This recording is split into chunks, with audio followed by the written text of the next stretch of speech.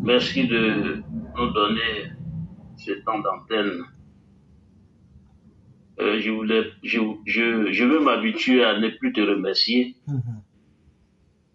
parce que pour moi, c'est en quelque sorte euh, donner une petite place au diable pour perturber ton envolée. Je voudrais tout simplement dire que Dieu t'assiste. Amen, amen, amen. Parce que là, on est arrivé à un niveau extrêmement relevé. Je pense que vous faites du bien à la Côte d'Ivoire. La Côte d'Ivoire qui souffre et qui souffre depuis plusieurs années, qui a soif, n'est-ce pas, de profiter de la grâce que Dieu a mis dans ce pays. Malheureusement, il y a des gens qui sont en train de perturber cela. Et nous serons là pour leur dire que ce n'est plus possible. Et salue donc tous les frères ivoiriens, parce que le combat que nous menons, c'est pour que les Ivoiriens puissent bénéficier de cette grâce-là. Et nous n'avons pas un esprit partisan. À notre humble niveau, nous sommes des amoureux de la vérité. Parce que c'est la vérité qui va nous permettre, n'est-ce pas, de profiter de cette grâce. Alors, je suis tombé, en tout cas, c'est un parent qui m'a envoyé, qui est malienne. Je dis bien c'est un parent parce que c'est l'ancienne femme de mon défunt frère qui était diplomate à Tunis, après Washington, Arabie Saoudite et autres, le Nigeria, un diplomate de carrière et de formation qui aujourd'hui a rejoint son Seigneur. Paix sur l'âme de tous nos défunts. Alors c'est elle qui m'a envoyé donc cette vidéo et dans cette vidéo, Mewe tient des propos assez bouleversants. Négativement, bien sûr. Cher aîné, oui. Je tiens à dire que ce sont des propos qui datent de 2020. Oui. Et ça a été manipulé par l'opposition. D'accord. Pour donner l'impression que ça date de tout récemment. Effectivement. Mais je crois que je le savais aussi, mais quand on analyse, on fait une analyse de ces propos-là. Moi, je crois qu'il ne sert pas la cause qui est la nôtre. Non, pas du tout. Pas du voilà. tout. Et c'est ça qui m'intéresse. Parce que appeler le président de la République à renoncer à briguer un autre mandat, je pense que c'est à l'encontre même de ce qui se fait, comment on appelle ça, de l'image qui se donne dans la société ivoirienne. Tout le monde sait que la Côte d'Ivoire a souffert du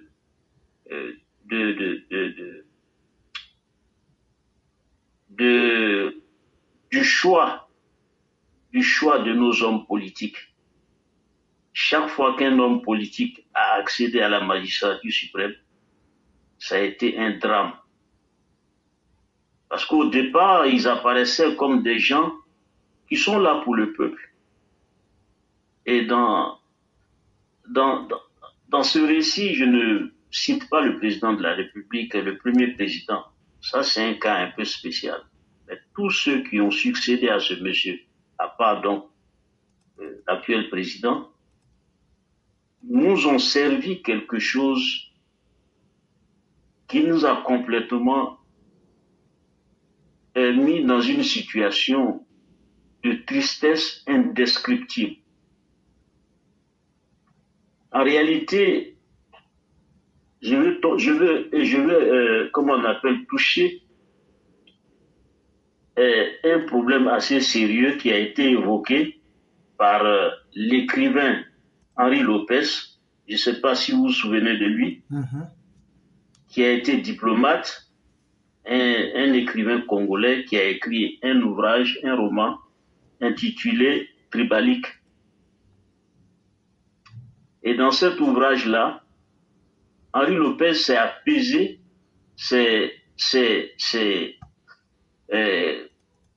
l'ouvrage, le thème central, c'était la problématique du tribalisme.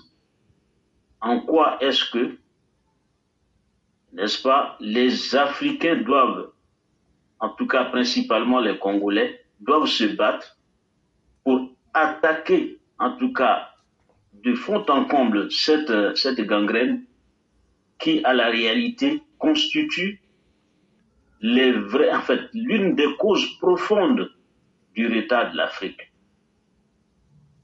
C'est un ouvrage qui m'a marqué et aujourd'hui, nous sommes à plein dedans.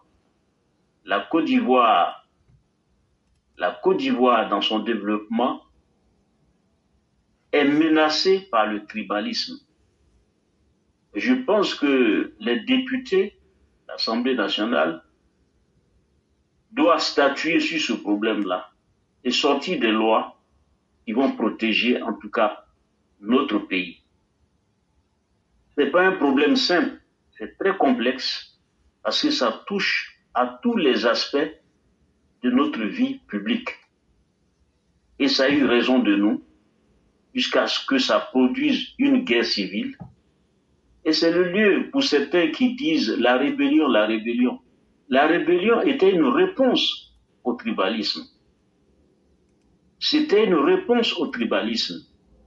Et pour reprendre les propos de notre président actuel, il disait, il rêve de voir une Côte d'Ivoire où les Ivoiriens, il suffit d'être Ivoirien qu'on se prenne en frère. Et il a sorti ce propos. En tout cas, ces propos ont été tenus en référence à ce qui se passe aux États-Unis. En tout cas, pour dire qu'il suffit d'être, ce n'est pas forcément tout à fait vrai parce qu'il y a d'autres réalités. Mais ce n'est pas l'objet. Mais de façon générale, il suffit d'être américain. Ça suffit. Vous êtes tous, en tout cas, vus de la même façon. C'est comme, pareillement, il suffit d'être français, même s'il y a des choses à en dire.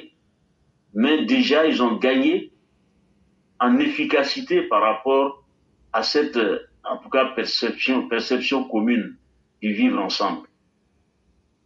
Et donc, ces propos que Mewé a tenus, c'est en fait les propos qui mettent en lumière, en tout cas qui montrent la présence d'une nébuleuse de l'esprit tribalique dans notre pays. Et c'est ce que, aujourd'hui, Assalé Timoko est en train de porter pour servir son destin politique. Ça ne va pas marcher. Je pense qu'il s'est tiré une balle dans la tête à l'occasion de la révision de la liste électorale. Nous n'allons pas lâcher. C'est très bien ce que vous avez fait ce soir, de vraiment traiter ce sujet, en tout cas le sujet Assalé Timoko, qui aujourd'hui a tenu des propos, pour un intellectuel, s'il l'est vraiment, c'est tellement facile, c'est tellement contre-productif que de prendre 1 ou 3 cas pour la généralité. Ça ne marche pas. Mais il faut que les Ivoiriens apprennent à comprendre que l'ethnie ne peut pas être une référence dans notre sphère publique. L'ethnie ne peut pas guider notre vie publique. Et je reviendrai à ce sujet spécialement par rapport à un récit qu'a tenu un grand mystique qui s'appelle Jalal-Oddin Rumi, où il évoquait le récit de l'éléphant dans la maison obscure, où des individus ont été appelés à entrer sur un éléphant qui était dans une pièce obscure et de le tâter, de le palper, et puis de rendre compte de ce qu'il avait comme perception de la réalité de l'éléphant. Bien évidemment, les descriptions étaient diverses. Toutes ces descriptions ne rendaient compte que d'une partie de l'éléphant. Il y avait un peu de vérité, mais dans la globalité, chaque interprétation manquait, en tout cas en termes de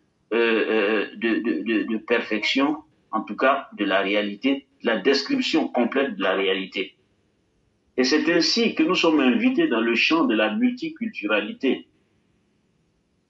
Chacun autant que nous sommes, nous entrons dans la vie par une porte. On ne choisit pas d'être bêté. On ne choisit pas d'être français. Quoique. Mais on ne choisit pas, en tout cas ce que je veux dire, j'espère qu'on me comprend très bien, on ne choisit pas sa famille. Mais qu'est-ce qui arrive? Quand vous naissez dans une famille, vous prenez les traits culturels de cette famille-là ou de cette communauté. Mais cette communauté n'a pas toutes les valeurs positives de l'espèce humaine pour prétendre à être une race supérieure.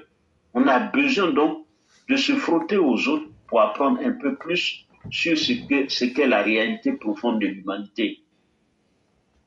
Donc, porter cette culture du tribalisme dans notre Côte d'Ivoire, c'est vraiment porter une charge lourde devant l'histoire. C'est vraiment amener une vie qu'on a essayé de présenter dans l'hymne national, c'est de nous opposer à cela. Et figurez-vous que tous ceux qui ont porté ce chapeau ont fini dans l'humiliation. Je ne vais pas très loin.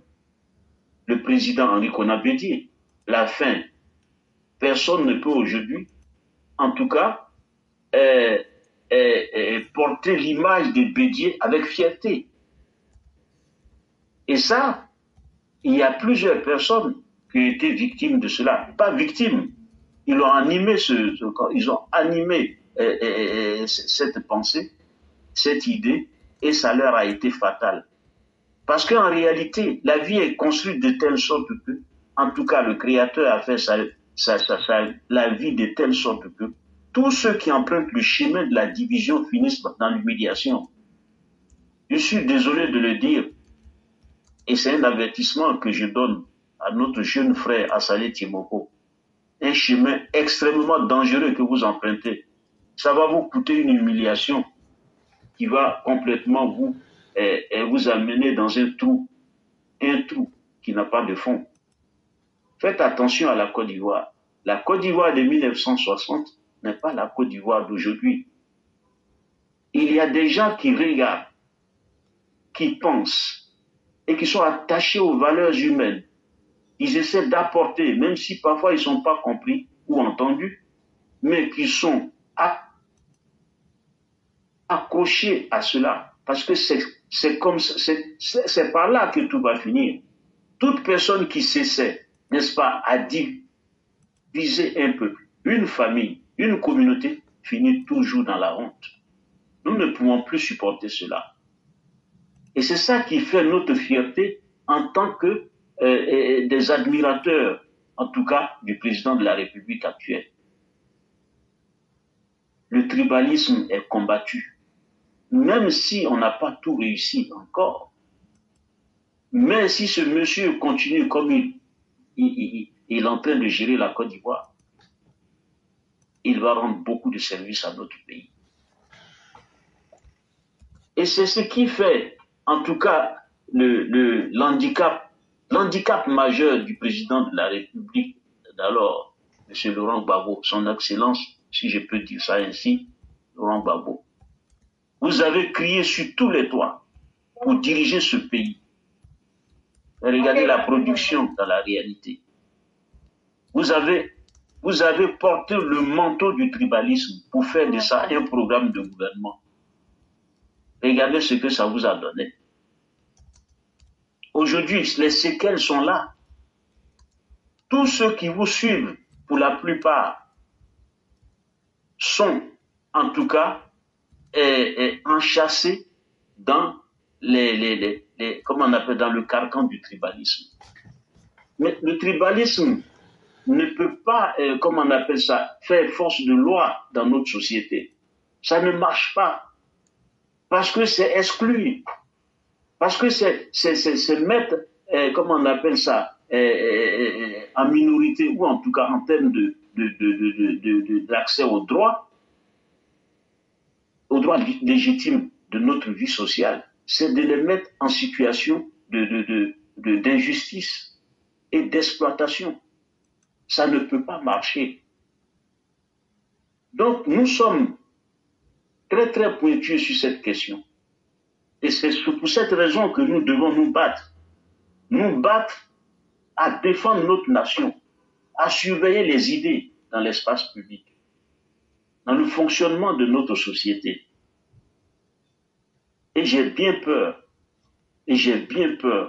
que le RHDP ne prenne pas la mesure, en tout cas du travail colossal, sur les mentalités que ce président est en train de réaliser à travers son comportement. Oui, nous regardons aujourd'hui les infrastructures, mais moi je crois qu'il se passe pas mal de choses au niveau des mentalités. Et ça,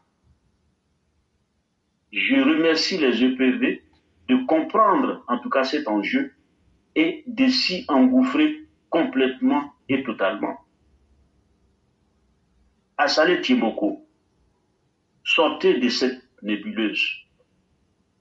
Le tribalisme à des fins politiques a tant coûté à notre pays. Bien de personnes sont aujourd'hui ensevelies, innocents, parce qu'ils ont voulu affirmer l'idée d'une Côte d'Ivoire unique, une Côte d'Ivoire unie, d'une Côte d'Ivoire du vivre ensemble, d'une Côte d'Ivoire où tous sommes des frères, des frères. Même, il faut absolument que nous respections les procédures en termes de justice. Lorsque vous constatez quelque chose qui ne va pas, cultivons le réflexe de suivre d'abord les procédures avant d'aller porter à la vindicte populaire parfois des innocents. C'est comme ça qu'on a tué H. Camara. C'est comme ça qu'on a tué bien de personnes comme lui, qui ont défendu par le verbe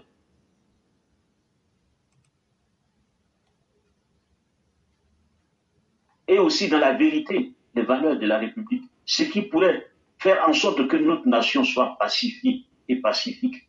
Parce qu'une nation qui n'est pas pacifiée et pacifique ne peut pas produire de la richesse, ne peut pas être productive, ne peut pas avancer. Mais nous serons là. Si vous vous entêtez à mettre en péril le processus électoral, parce que tout doit se passer comme vous voulez, vous nous donnez raison de vous combattre.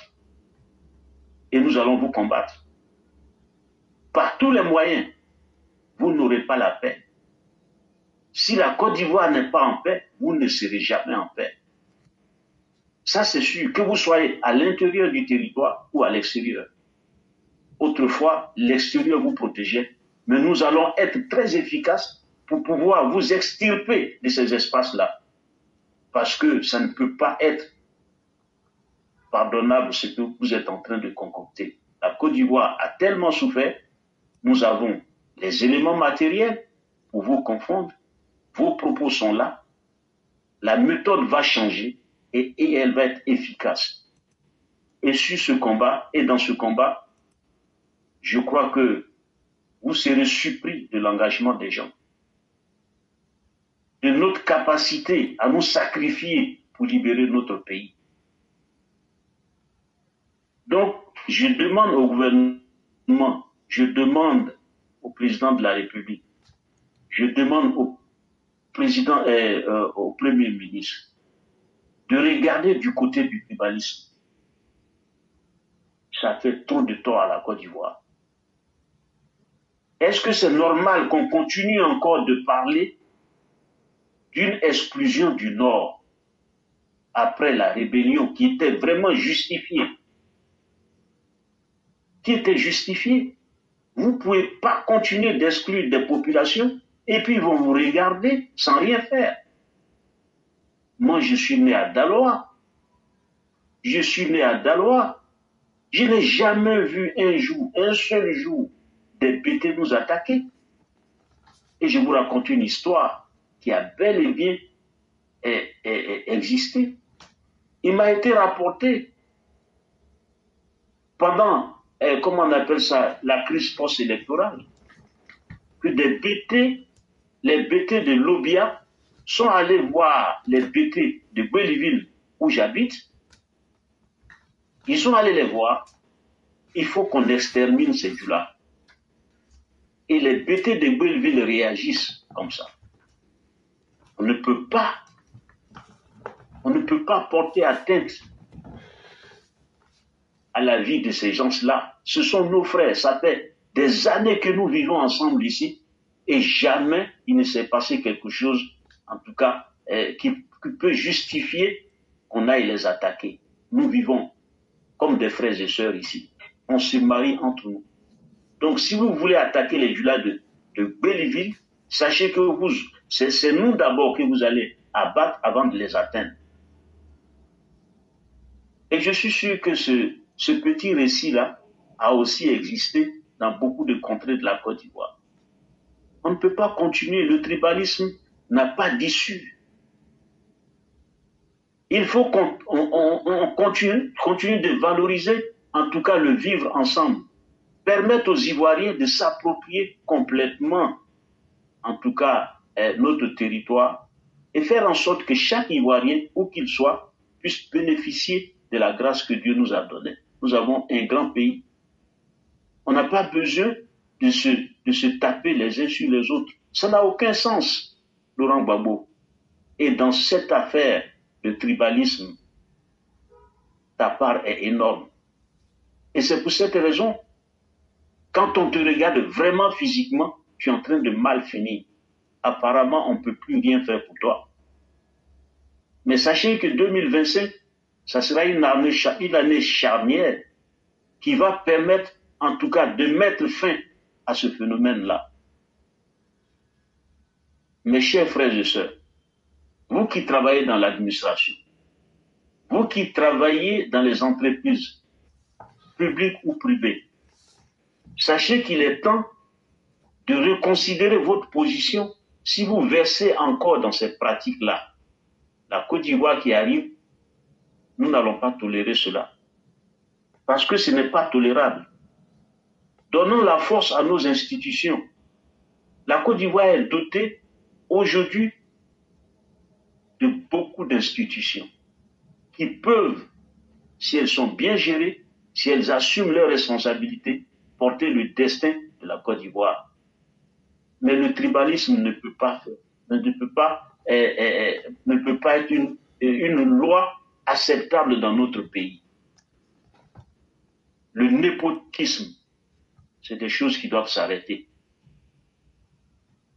Il nous faut obliger les Ivoiriens à laisser moins d'espace ou pas d'espace à ces personnes, n'est-ce pas, qui portent cette gangrène-là et qui, dans l'espace public, l'affichent comme quoi Augustin,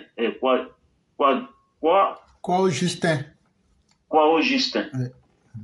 C'est malheureux et c'est triste de voir un personnage comme ça.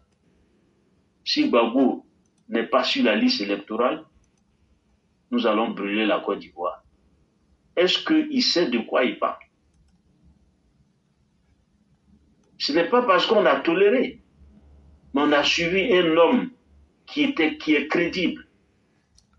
Mais nous avons gros sur le cœur. Et je dis, nous n'allons pas, s'il y a des dérives, attaquer à l'aveuglette. Par exemple, les BT, les je ne sais qui, mais c'est vous qui portez réellement, en tout cas, cette responsabilité. Nous allons vous extirper et vous donner à la mort. Ça, il faut le savoir. Ça, c'est très important. Mais nous sommes méthodiques. Parce que notre éducation ne nous permet pas de porter atteinte à la vie de quelqu'un sans raison vraiment valable. Et pour que ça soit valable, c'est bien les lois qui nous le permettent. Toute personne qui porte atteinte à la vie d'une autre personne doit être mise, comment on appelle ça, en quarantaine, entre guillemets, ou en prison. Et si cela ne suffisait pas, et si la prison ne peut pas être une issue pour lui permettre, n'est-ce pas, de s'assagir, on va lui donner la mort. Mais je ne suis pas fier de tenir ce propos. Je ne suis pas vraiment de cette nature-là. Mais je veux que les Ivoiriens se ressaisissent. Nous n'avons pas besoin de nous entretuer. Laurent Gbagbo, il a été jugé, il a été coupable, et la sanction de la justice est tombée. C'est l'autorité de la chose jugée. La procédure, elle est écrite. Si vous n'êtes pas d'accord avec un jugement, vous pouvez, n'est-ce pas, faire, n'est-ce pas, un recours. Si vous n'avez pas fait de recours, c'est que vous acceptez la décision parce que vous n'avez pas d'argument pour, n'est-ce pas, contrebalancer le jugement qui a été rendu à votre encontre. Mais si vous voulez montrer que la Côte d'Ivoire, c'est vous, et que quand vous vous levez, tout le monde doit se lever, je suis désolé, ça ne va pas se passer comme ça.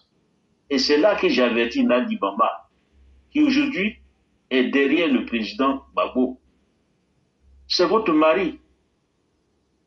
Si vous ne montrez pas la différence, si vous ne montrez pas à Laurent Gbagbo de façon officielle que tu ne peux pas le suivre dans cette aventure, le jour où ça va dégénérer, nous n'allons pas faire l'économie de vous épargner. Vous serez aussi comptable de ce qui se passe. Parce qu'une bonne femme parle à son mari et elle fait la différence. C'est très important.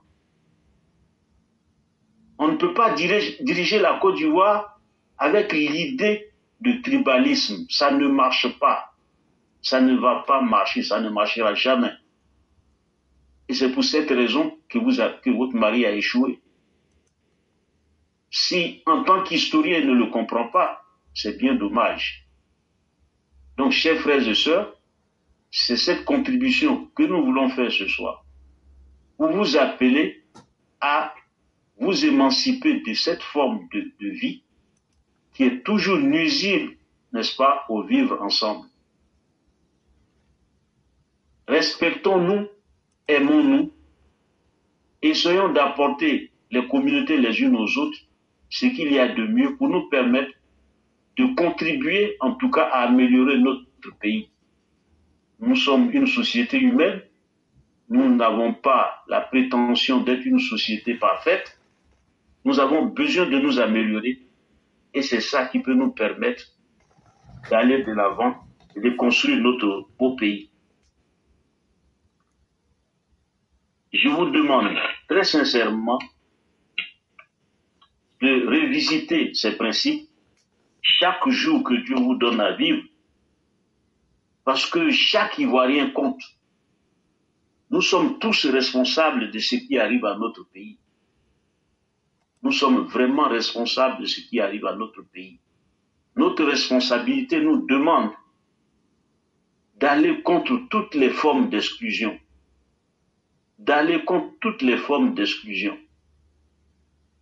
Et je vais finir par rappeler, puisque j'ai parlé au début de mes propos, de Mewé, et je vais finir par l'une de ses, en tout cas, analyses sur la sécurité sociale, la CMU en Côte d'Ivoire, où il disait qu'il ne peut pas comprendre comment ça fonctionne la CMU, que ça ne marche pas. En fait, il rabaissait, en tout cas, l'œuvre du président de la République.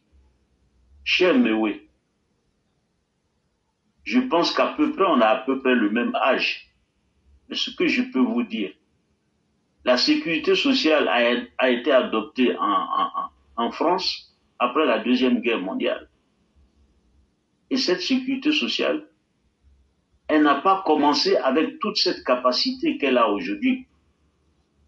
La Côte d'Ivoire fait son chemin dans ce domaine, et je pense qu'il faut, plutôt que de rabaisser ce travail qui est en train d'être fait, mais de faire des propositions concrètes pour améliorer le dispositif.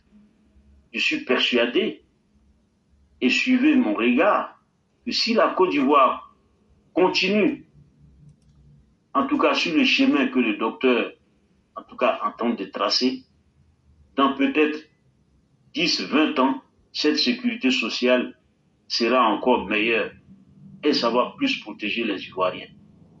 Nous ne parlons pas des fonctionnaires, la MUGEPSI, nous parlons de tous les Ivoiriens.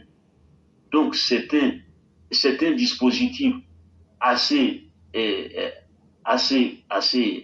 énorme, parce qu'il s'agit de changer dans le sens, en tout cas dans les principes de l'égalité, de l'accès, en tout cas au bien-être, permettre à chaque Ivoirien, à tous les Ivoiriens, n'est-ce pas, de ne pas se sentir exclus. De ne pas se sentir exclus. Parce que cette Côte d'Ivoire que nous construisons, elle n'ira nulle part si l'idée tribaliste, entre guillemets, ou l'idée d'exclusion sous toutes ses formes, ou l'idée de mensonges entretenus par certaines personnes, qu'elles soient dans l'opposition ou ceux qui sont au parti au pouvoir. Cette idée ne sera pas soutenue, en tout cas pour nous, qui voyons la Côte d'Ivoire, des personnes qui sont, comment on appelle, qui se regardent en frères et sœurs et qui luttent pour s'aider entre nous pour pouvoir mieux vivre. Je vous le dis, nous sommes sur la bonne voie. Battons-nous pour que les élections se réalisent et que ça se fasse dans la bonne humeur, sans heurts, sans perte de vies humaines. La Côte d'Ivoire est capable de cela avec ce président de la République.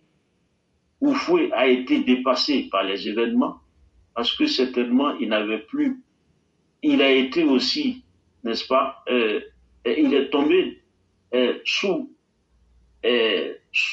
comment on appelle ça, sous les armes du tribalisme. Que parfois lui-même il a laissé faire, ce que moi j'ai contesté et combattu à l'époque. Et ça a finalement réussi à l'atteindre très profondément. Donc méfions-nous du tribalisme. Je suis Djoula, je suis un Ivoirien d'abord, avant d'être un Djoula. Je suis Bété, je suis un Ivoirien d'abord, avant d'être un Bété. Respectons-nous, cultivons cet esprit-là. Et vous voyez, l'esprit fessiste est en tout cas dans le même sens. Toutes les formes d'exclusion et d'autoritarisme, toutes les formes, n'est-ce pas, de ramener une pensée objective à notre pensée doit être combattue dans ce pays. Et ce qui est heureux, ce qui me rend heureux dans ça, c'est qu'aujourd'hui la Côte d'Ivoire a les intellectuels qu'il faut. C'est vrai, il y avait avant des intellectuels, mais les gens n'étaient pas aussi engagés ou courageux. Mais il m'est donné de voir, à travers beaucoup de faits concrets, que les Ivoiriens aujourd'hui sont engagés et ils veulent aller jusqu'au bout pour libérer leur pays, en tout cas, de toutes ces pratiques-là. Et j'encourage toujours que ce secte s'agrandisse pour accompagner des leaders qui méritent d'être soutenus. Pas des leaders comme Assalé Tiboko. Et on doit aussi se battre que ceux qui accèdent à ces postes de responsabilité, c'est-à-dire être député ou maire, que ces postes-là ne soient plus accessibles à des gens qui trament dans ces pratiques-là. Et que ce soit des gens qui soient capables de réfléchir et de toujours proposer des solutions, comme vous l'avez dit, éclaireur. L'opposition ivoirienne devait être, n'est-ce pas, une fierté.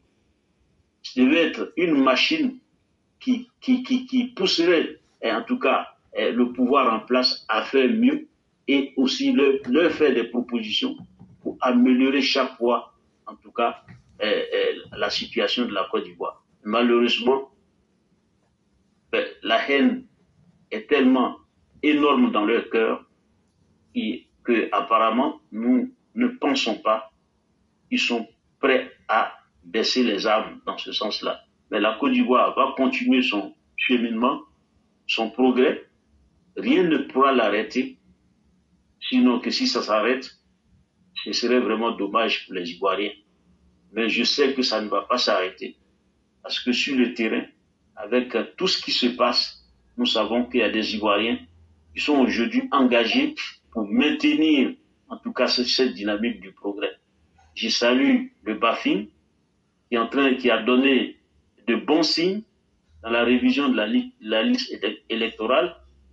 Je salue aussi toutes les régions qui sont en train de se battre pour faire peut-être mieux.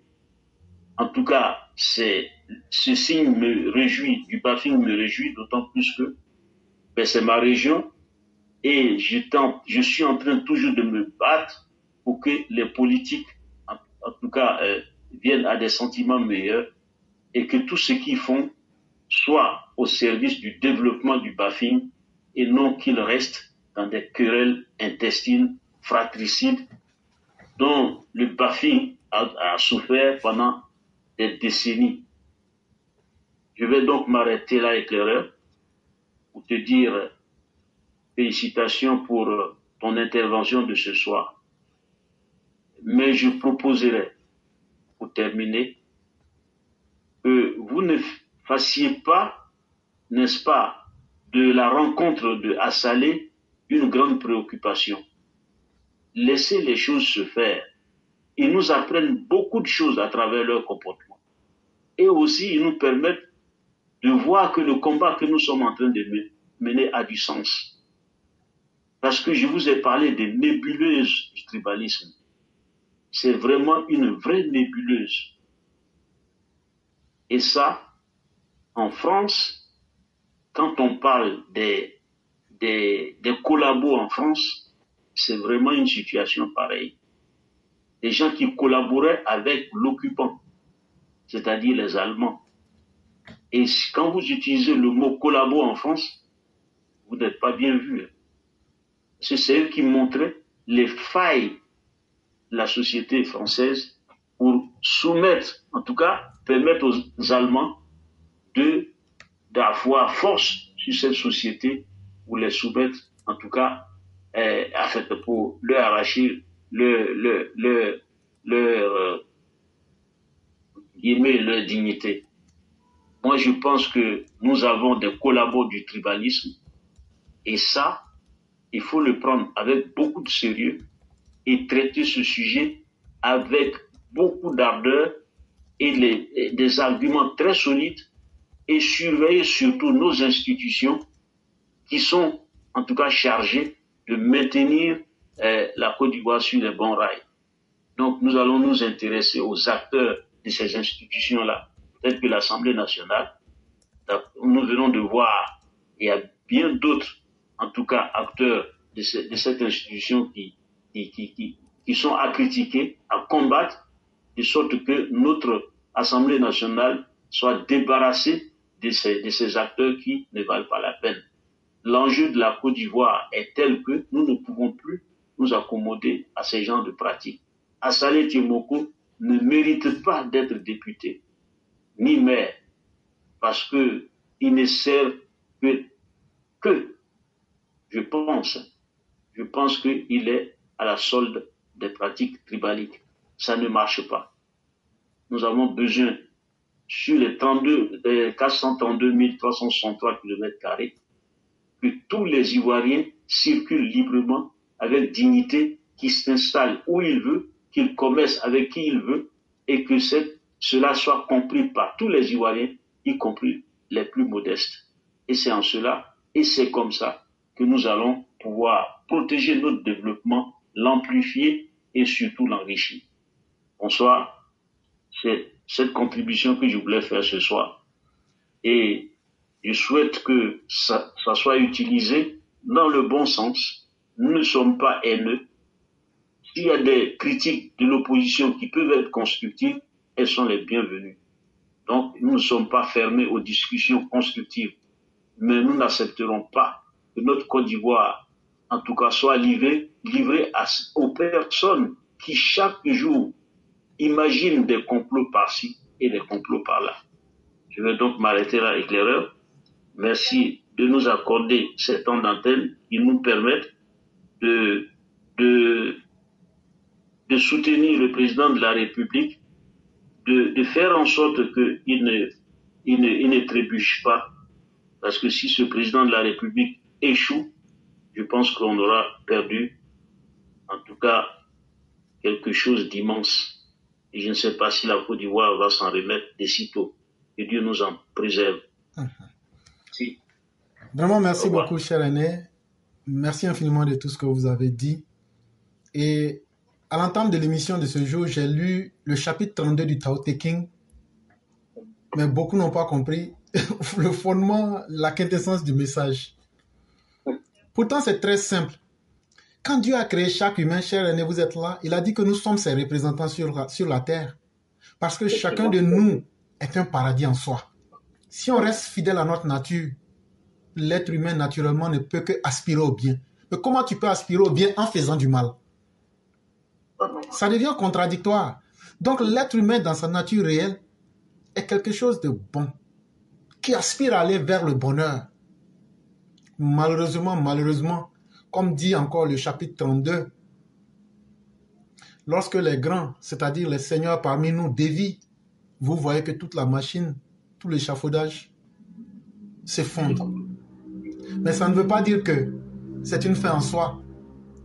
C'est un défi pour nous montrer que nous demeurons des humains et que nous aurons toujours des défis à relever. Quand on regarde la beauté du travail qui a été fait, on n'a pas dit que le monde est devenu parfait.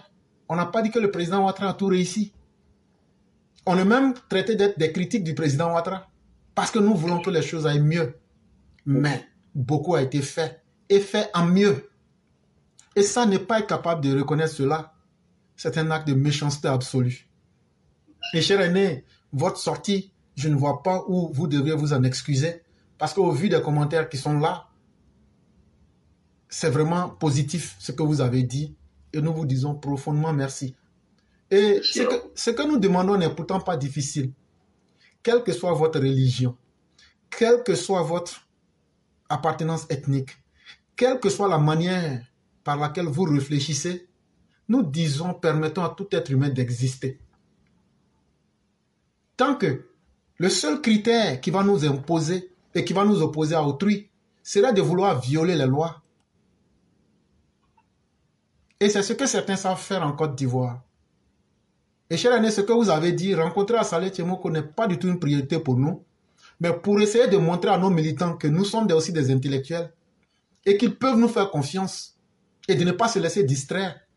Une confrontation aurait été mieux pour qu'on puisse mesurer les limites des uns et des autres. Mais déjà, le verdict, il est là. Parce que moi, il n'y a pas un garçon qui va me dire, viens, on va faire débat et puis je vais refuser. Même si je vais y perdre ma tête, j'irai par dignité. Parce que quand ce que tu défends, tu es sur une cause juste, tu ne te défends pas toi-même. Et la cause que tu défends pourra se défendre. Et je me souviens très bien, je ne connais plus la sourate exactement, lorsque le prophète, Dieu lui dit dans le Coran, pour la cause de Dieu, il ne faut pas te chagriner parce que Dieu saura se défendre lui-même.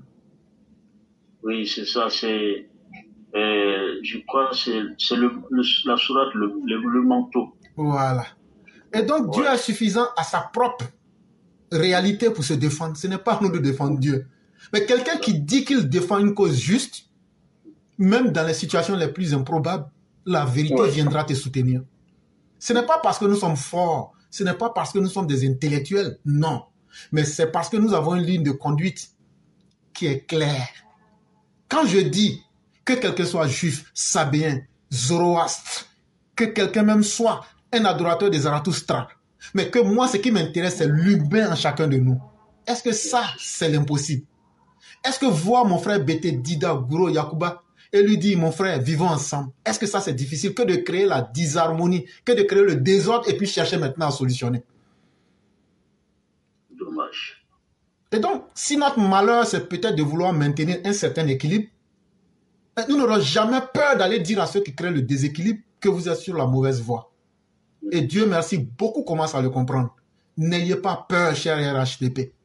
Nous ne cherchons pas des salaires. C'est ce que bien, dans la sourate Yassine, le prophète disait, il dit, lorsque cet autre venait dans une cité et qu'il vous annonçait une nouvelle et qu'il n'attendait aucun salaire de vous, nous n'attendons pas de salaire de quiconque. Le salaire de Dieu sera suffisant pour chacun. Et donc souvent, on sent l'obligation morale de dire à nos militants, n'ayez pas peur de ce qui se passe. Nous maîtrisons de la même manière que le président docteur maîtrise la situation. Il n'y a aucune de ces personnes qui peut s'arrêter devant nous pour débattre d'un sujet et ressortir la tête haute. Et donc, chers militants, ne soyez pas dispersés, ne soyez pas fébriles. Ayons confiance au docteur. Il n'y a pas deux docteurs en Côte d'Ivoire. Je parle du docteur Ouattara. Et sans le docteur Ouattara, vous n'auriez jamais vu des têtes comme nous autres. On serait resté dans notre petit coin et on aurait mené notre vie. Mais on ne peut pas avoir un si grand homme. Et le docteur ne sera jamais humilié. Cher Enessa, je peux vous le promettre. Le docteur ne sera jamais humilié. Sauf si le corps de sa mère n'a pas été injustement déterré. Mais le Dieu que nous adorons, c'est un Dieu de défis. Mais si tu n'as rien fait, qu'est-ce que tu peux lui demander? Mais le jour où il vient de le mettre en défi, il faut que tu le mettes en défi par rapport à tes propres actes. Et celui qui a donné le plus profondément de son cœur le positif, Dieu ne peut jamais l'abandonner. C'est tout. Et lorsque vous vous souvenez de la bataille où le prophète a perdu des dents et que Tolha était celui qui l'a protégé en prenant 19 flèches, vous comprenez que toute cause qui est utile va jusqu'à sa fin. C'est ça. Et le docteur finira grandi. Et le docteur finira honoré. Et tous ses ennemis fléchiront. Et ça, il n'a pas besoin de lui-même mener ce combat-là. Il y a des petites mains qui viendront. Ce sont des petites mains, mais ce seront des mains très efficaces. Et ça, nous demandons, ce que nous demandons à travers notre message, nos messages aux Ivoiriens, n'ayez pas peur, chers Ivoiriens. C'est moi, je suis sorti ici en 2020 pour vous dire, n'ayez pas peur. C'est cette même personne-là. Je n'ai pas changé, je n'ai pas pris d'argent avec quelqu'un. Je ne trahirai pas ma parole aussi. Pour renchérir vos propos, je ne sais pas si vous m'entendez. Et lorsque, en 2011, c'est ça, en 2011, Gbagbo a été, voilà, après les élections, on a pris l'ambassade de Côte d'Ivoire, comment on appelle ça, on a occupé l'ambassade, et on a commencé à tout fermer. On dit c'est plus possible, Laurent Gbagbo. Et j'ai eu quand même pitié d'un monsieur, d'un certain âge quand même. À la sortie du métro, et il avait des propos, en tout cas, entachés de tribalisme. Et je vous assure, il a reçu des coups. Il ne savait même pas d'où ça venait. Tellement les gens, ils avaient la haine. J'ai regardé le monsieur, j'ai dit, certainement, il ne sait pas grand-chose. C'est les prisonniers du tribalisme. Et j'ai dit au monsieur, passez par ici, vous serez peut-être mieux protégés et partez chez vous. En fait, ce qui m'a animé, c'est de voir que même s'il avait des propos condamnables, mais c'est un Ivoirien. Ça me faisait finalement honte que les Ivoiriens s'acharnent les uns contre les autres. Et tout ça parce qu'il y a quelqu'un qui a réussi à manipuler faire croire que, comme on appelle, c'est une guerre entre ethnies, et que si vous ne vous levez pas, alors finalement, on va exterminer vos populations. C'est malheureux. Donc c'est un problème de société très sérieux qu'il ne faut pas laisser, il ne faut pas négliger. Et c'est là-dessus, il faut qu'on soit incisif comme vous le faites. Maintenant, nous, on n'est pas à l'abri de l'erreur aussi. Il faut faire qu'on soit très méthodique, très très méthodique. Parce que le prophète de l'islam et Jésus aussi, ça apparaît dans sa biographie, il ne prenait pas les devants, n'est-ce pas, de l'agression. Mais c'est eux qui étaient tout le temps agressés. Comme le dit aussi Dieu dans le Coran, il dit la persécution est pire que le meurtre. Lorsque les musulmans étaient persécutés, avant ils étaient tués, mais à la fin c'était la persécution. Il y avait des embargos, ce qu'on fait aujourd'hui, et on empêchait même le prophète lui-même d'accéder à son logement, au point qu'à un moment, Dieu lui a dit, bon maintenant je t'autorise à aller à Médine. Il y a eu beaucoup de situations comme ça. Les gens, la vie était devenue infernale. Donc c'était une persécution. Et Dieu dit, la persécution est pire que le meurtre. Donc, en tout cas, défendez-vous. Et certains compagnons ont dit, mais on va se défendre, comment on n'a pas les moyens? Il dit, mais est-ce que vous doutez de Dieu? Mais il y avait une partie qui ne cherchait pas à comprendre. Dès qu'on dit que Dieu a dit ça, ils exécutaient. Parce que leur foi avait un certain niveau. Donc, mais ceux qui doutaient encore, Dieu dit non, revenez.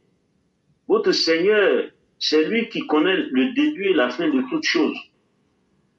Il dit, mais je ferai descendre 5000 anges dans la guerre de Badr pour vous tirer d'affaire. Et les anges sont descendus. Ce qu'on ne dit pas aujourd'hui à beaucoup de personnes, en tout cas de la société ordinaire, les anges sont descendus. Et ceux qui étaient en face, c'est-à-dire les ennemis, ils voyaient les musulmans alors qu'ils étaient moins nombreux, mais ils les voyaient plus nombreux qu'eux. En réalité, la partie mystique, c'est qu'il y avait des anges et qui cassaient les coups des ennemis. Donc, bref, on apporte ces informations-là pour faire comprendre que ce que vous dites par rapport au docteur Hassan Ouattara, qu'il ne va jamais être humilié, c'est une réalité. Parce qu'il est tellement propre, il a tellement donné pour la Côte d'Ivoire que Dieu ne peut pas l'abandonner. C'est ça la vie. Quand vous êtes pur dans votre combat, quand vous n'êtes pas dans la discrimination, la division, quand vous n'excluez pas, il y a des petites mains qui viennent de partout pour vous mettre à l'abri. Et Laurent Gbagbo a fait comment on appelle ça, l'expérience de cela. Lorsqu'il a pensé qu'avec les armements qu'il achetait, les miliciens qu'ils envoyaient de partout, mais lui, il était impressionné par ça. C'est un cas d'école, hein, ce qui s'est passé en Côte d'Ivoire. Laurent Gbagbo était plus sûr de tout cet arsenal-là que de croire en Dieu. Et il était, n'est-ce pas, maintenu dans cette position par des faux religieux. Mais le résultat a été comment? Quand ils sont allés dans le bunker, entre guillemets, c'est la cave en réalité. Quand ils sont allés à la cave pour le saisir, il a compris que Dieu est avec la vérité. C'est malheureux de le dire. Quand j'ai vu la maman de Laurent Gbagbo en train d'être, n'est-ce pas, pris par la main pour l'envoyer quelque part pour la sécuriser, mais on a tous mal au cœur parce que quand même, on a tous des mères. Et ça, ces images-là, on ne veut pas voir ça en Côte d'Ivoire. Donc nous allons nous battre. Et nous allons triompher. On a déjà triomphé, mais nous allons faire de la Côte d'Ivoire, en tout cas, une terre de fraternité. Parce que c'est ça, c'est ce qui va nous permettre d'avancer sans interruption, sans obstacle. revenez à de meilleurs sentiments. Rien n'est perdu. Laurent Gbagbo, ce n'est pas possible d'installer ta façon de diriger un peuple ou un pays. Nous n'allons pas continuellement à vous regarder faire comme vous voulez. Donc, c'est ce que je voulais ajouter. Vous dites que vos propos sont vraiment puissants et ça donne le courage, la force à tout un chacun de voir qu'effectivement, le président de la République n'est pas dans le faux. Parce que, autant que nous sommes, il y a tellement de personnes, en tout cas, comment on appelle ça, des personnes qui ne se font pas voir, qui sont neutres et qui sont même simples, qui se promènent comme ça, mais qui, nuit et jour, en tout cas, sont en train de prier pour le président de la République. Et ça, c'est énorme. C'est pour cette raison que son aura ne peut pas être, n'est-ce pas, capté par Laurent Gbagbo. Parce que Laurent Gbagbo est dans la négation. Moi, je pense qu'il apprendrait beaucoup avec ce président-là s'il avait accepté de collaborer avec lui. Ensemble, la Côte d'Ivoire aurait réalisé déjà peut-être 2 fois plus ce qu'il existe maintenant. Mais il faudrait qu'on apprécie, par exemple, quand on voit la force de persuasion et aussi l'engagement que vous avez éclairé, tout homme normal doit vous admirer. Et cet esprit-là, nous devons l'instituer dans notre société. Il faut qu'on apprécie les gens qui sont bien et qui font du bon travail. Et c'est comme ça qu'une société peut s'en sortir. Et c'est pour cette raison qu'on parle toujours des philosophes comme Lamartine, comme les philosophes comme Descartes, des grands scientifiques, parce qu'ils ont apporté quelque chose qui a, de façon décisive, changé la société, amélioré les conditions de vie de la société. Donc, nous devons protéger, en tout cas, nos talents, et c'est très important de les admirer, de les accompagner et permettre de profiter, en tout cas, de ce qu'ils nous apportent, parce que c'est comme ça. Dieu n'envoie pas les talents pour rien. C'est une façon de contribuer, n'est-ce pas, à élever une société. Donc, merci en tout cas pour ce travail que nous sommes en train d'abattre sous ta direction, sous en tout cas, ta perspicacité. Moi, je suis quelqu'un, quand je vois une valeur, ben, j'en profite, quoi. Je pense que tous les Ivoiriens doivent être comme ça. Aujourd'hui, personne, en tout cas des gens qui sont censés, ne peuvent pas aujourd'hui, avec fierté, en tout cas, se prévaloir de l'attitude que le président de la République, Laurent Gbagbo, affiche. Il nous a humiliés devant Alain Foucault, qui n'est rien d'autre qu'un manipulateur. Lui, il veut prendre les deniers publics des pays à travers ce qu'on appelle ses émissions, en tout cas son travail de journaliste. Moi, je pense que ce sont des journalistes comme ça que nous devons attaquer de front, les humilier même s'il le faut, parce qu'ils continuent d'humilier, en tout cas les nôtres. Il a aussi eu une interview avec le président de la République, mais il a vite fait de reconnaître qu'il ne peut pas manipuler le président de la République. Donc les questions qui venaient pour déstabiliser le président ont été en tout cas réorientées ailleurs parce que le champ n'était pas fertile pour cela. Et c'est cette aura que vous avez aussi de déstabiliser les gens qui viennent avec la haine et la mauvaise intention. Nous allons nous battre. Nous allons aider le président de la République, comme vous avez dit, et ça, c'est très important.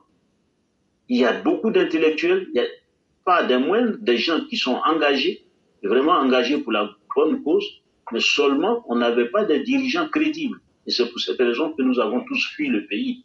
Parce que, quand moi j'ai quitté la Côte d'Ivoire, je l'ai dit à mon humble niveau, je préfère être un manœuvre en Europe que de continuer à servir dans la fonction publique. Parce que c'était une honte de voir son pays avec tant de potentiel ne pas pouvoir réaliser cela sur le terrain, rendre les Ivoiriens heureux, leur permettre, n'est-ce pas, de vivre tranquillement. Mais aujourd'hui, je me réjouis parce que je me rends compte qu'effectivement, la Côte d'Ivoire n'est pas n'importe quel pays. Et ça, nous devons protéger ce joyau-là. Et petit à petit, par en tout cas la force divine, les mauvaises graines sont en train d'être extirpées. Donc c'est un processus qui a un caractère divin aussi.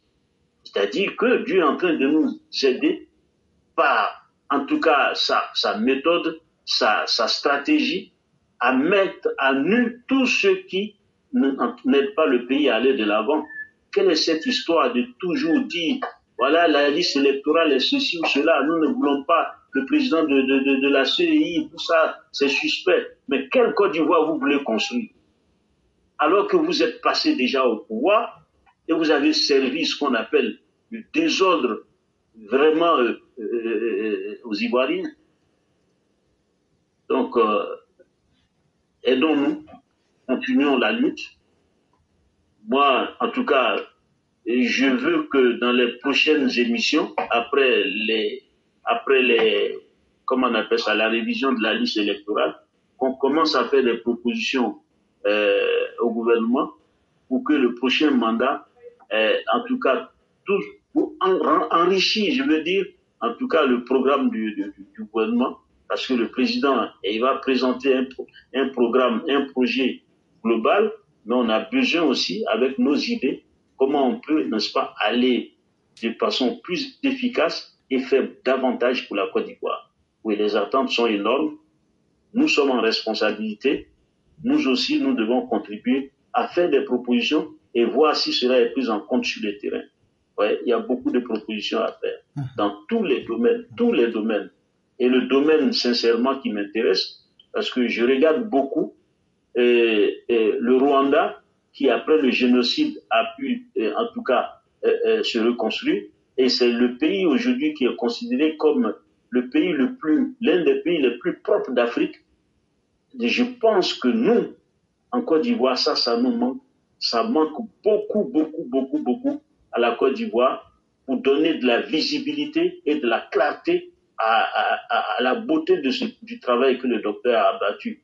Parce que quand je suis allé sur c'est le 4e pont, le 3e pont ou le 5e pont, qui est à côté du stade Félix Houphouët-Boigny, c'est le 4e pont. Oui, donc je veux dire. Le 4e pont. C'est le 4e pont. Voilà, je suis allé, j'ai fait des vidéos et puis j'ai partagé, mais je vous assure sincèrement, moi je préfère cette partie d'Abidjan que la Tour Eiffel ici qui est vénérée ici en France et qui fait la fierté de la France. Voilà une réalisation qui va vraiment définitivement graver l'image de notre président dans la tête des Ivoiriens. Parce que c'est une œuvre qui a été réalisée avec beaucoup de munitions et ça rapporte beaucoup d'argent. J'ai vu des Maliens, j'ai vu des Burkinabés avec qui j'ai pris des photos qui sont venus seulement du Mali et du Burkina, rien que pour pouvoir passer sur ce pont-là, prendre des photos avec leurs femmes et leurs familles. Et vous savez ce que ça peut apporter à la sous-région. Donc, vraiment, nous devons continuer ce combat. Et ce combat, nous l'avons commencé, mais c'est surtout la gangrène du tribalisme, avec tous ces éléments, les éléments identiques à ce phénomène-là, tel que l'esprit fessiste, le non-respect, n'est-ce pas, de la richesse nationale, hein, et aussi il faut que chacun se batte pour que chaque Ivoirien se sente vraiment un enfant de ce pays-là. Un enfant de ce pays-là, qu'on ne voit plus les gens se permettre de tuer d'autres Ivoiriens pour des raisons politiques. En fait, la politique, qu'est-ce que c'est que la politique? On a les éléments de preuve. La politique, ce n'est pas le mensonge.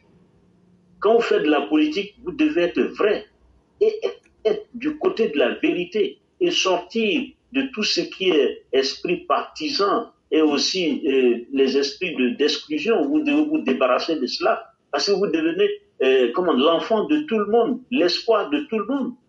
Mais quand quelqu'un qui est pris pour un espoir introduit la division, l'exclusion, est-ce que ça c'est de la politique? C'est tout simplement de mauvaises personnes. Et ces mauvaises personnes, nous devons être capables de les dénoncer, de les combattre et de nous mettre en face d'eux pour leur dire que vous allez nous tuer, mais nous n'allons jamais vous laisser en paix tant que vous n'allez pas accepter l'esprit qui reflète la réalité que nous voulons de ce pays-là, qui est la culture de la fraternité, dans la considération de chaque citoyen, de chaque communauté, et de nous laisser, n'est-ce pas, nous enrichir à travers les contacts. Moi, je me rappelle très bien, quand j'étais petit, il était difficile comme un nordiste, enfin un sudiste aille travailler au nord de la Côte d'Ivoire. Mais Houphouët-Boigny, voyant la situation difficile, a tout fait pour que les Ivoiriens du Sud, sans peur, puissent aller au nord pour soit enseigner, c'était la plupart du temps comme ça, ou bien servir en tant que médecin et autres.